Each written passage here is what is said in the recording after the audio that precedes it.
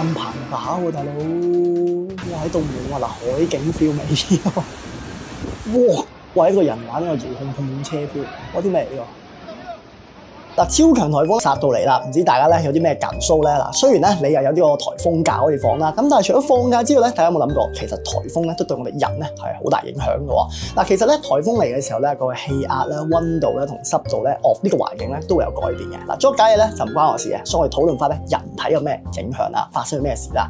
嗱，首先咧其實氣壓低嘅時候咧，我哋人體咧嘅血管咧係會偏向咧係大呢咧即係擴張多啲嘅，其實係會影響到乜嘢循環系統嘅。嗱，的而且確咧喺台灣咧亦都有研究講過咧，喺颱風期間咧係有高達多30%嘅人咧係求醫係有關呢啲心血管疾病嘅。嗱，咁其次咧就係氣壓嘅下降咧，亦都會影響到我哋人咧嘅耳水平衡，即係你嘅耳仔裏面有度耳水啦，大家要記得啦，係咪？咁當呢個嘢咧係有問題嘅時候咧，其實會令到我哋人咧可能覺得頭痛啊、唔舒服啊、暈暈地啊咁嘅狀態啦。咁你成日啲人就話打風天啊好辛苦，其實就咁解嘅。咁仲有一個咧就係濕度嘅問題啦。嗱，濕度咧越高咧，一嚟緊狂風暴雨啊嘛，係咪？越潮濕好翳個，好唔舒服咁樣啦。你嘅汗水蒸發差咗啦，散熱差咗啦，同埋咧如果你有濕疹嘅話，係更加容易翻發出嚟嘅。